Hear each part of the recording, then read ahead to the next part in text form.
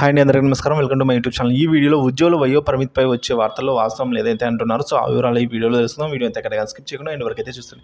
Video నచ్చితే ఒక like చేయండి. ఇంకా సబ్స్క్రైబ్ అవ్వనట్లయితే మన ఛానల్ వెంటనే సబ్స్క్రైబ్ చేసుకున్నాం. వివరాలకు వెళ్ళినట్టయితే రాష్ట్ర ప్రభుత్వ ఉద్యోగుల వయో పరిమితి 61 ఏళ్లుగా లేదా 33 సంవత్సరాలుగా సర్వీస్ అంటూ వివిధ వార్తలు అయితే పత్రిక మరియు సామాజిక మాధ్యమాల్లో వస్తూ ఉన్నాయండి. సో మనం చూస్తూనే ఉన్నాం. సో వార్తల్లో ఏ మాత్రం నిజం లేదని అధికార వర్గాలు తెలిపాయండి.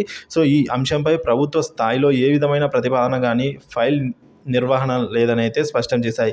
ఈ విధమైన వ్యూహజనిత వార్తలు రాయడం, దీనిని సామాజిక మాధ్యమాల్లో ప్రచారం చేయడం సరైనది కాదంటూ పేర్కొంటున్నారు. సో ఇలాంటి అవాస్తవాలు ప్రచురం చేసే వారిపై కఠిన చర్యలే తీసుకునే దానికి అంశానికి ఈ విధంగా ప్రభుత్వం అయితే పరిశీలిస్తుందనేది ఒక అధికారిక ప్రకటనలో అయితే తెలిపారండి.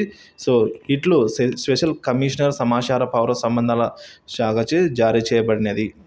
సో చూసారు కదండి, మనం ఇదివరకు చూసినట్లయితే వయసు ఏది ముందు, వయసా లేదా సర్వీసా అని, సర్వీసు 33 ఏళ్ళ లేదా వయసు 61 సంవత్సరాలని అయితే ఏది ముందు అయితే దాని మీద బేస్ చేసుకొని రిటైర్మెంట్ ఉంటుందని అయితే మనం ఎన్నో వార్తలు చూసాము. అవన్నీ అవాస్తవాలని అయితే ఈ వీడియో ద్వారా తెలుసుకున్నాం.